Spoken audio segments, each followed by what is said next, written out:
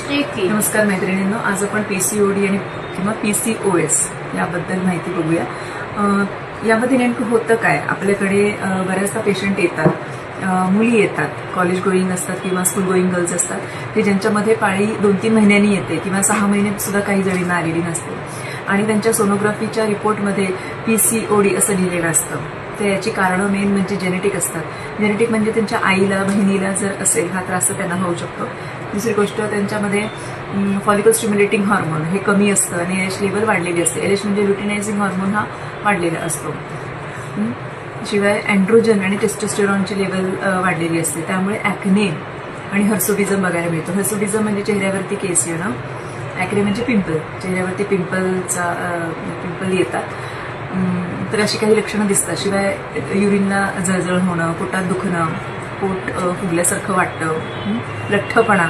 आणि ज्या मुली ओबेज असतात, एक्सरसाइज करत नाहीत, जंक फूड खातात, प्रोटीनयुक्त पदार्थ खात नाहीत, तर सिडेंटरी लाईफस्टाईल असते बऱ्याच जणांची, अशा मुलींना जास्त शक्यता असते पीसीओडी फॉर्म होण्याची, म्हणजे ओव्हॅरियन सिस्ट डेव्हलप होतात. तर फॉलिकल स्टिम्युलेटिंग हार्मोन हा कमी असल्यामुळे अनओव्युलेटरी सायकल्स होतात.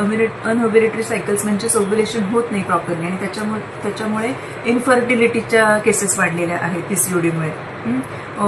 ओव्हरीजमध्ये सिस्ट फॉर्म होतात, म्हणजे हे जे ओव्हम जो बाहेर यायला पाहिजे तो येत नाही आणि त्याची इमॅच्युअर राहतो, मॅच्युअर होत नाही आणि त्याची साईज वाढत जाते, त्याच्यामध्ये सिस्ट फॉर्म होतं, ओव्हरीजमध्ये सिस्ट फॉर्म होतात. तर अशा वेळेला आपण त्यांना होमिओपॅथीमध्ये बरीच अशी औषधं आहेत, जसं की पल्साटिला आहे, फॉस्फरस आहे, मेलाडोना आहे, सिपिया आहे, इग्नेशिया, नेट्रोम्यूर आणि अशी बरीच औषधं आहेत की प्रॉपर केस घेऊन ॲनालिसिस करून इव्हॅल्युएट करून हे मेडिसिन्स दिले जातात.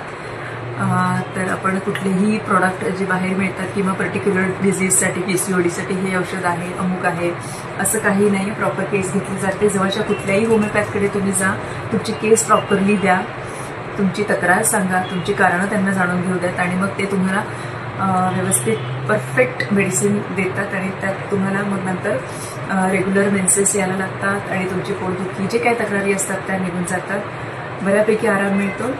Thank you so much. Stay healthy.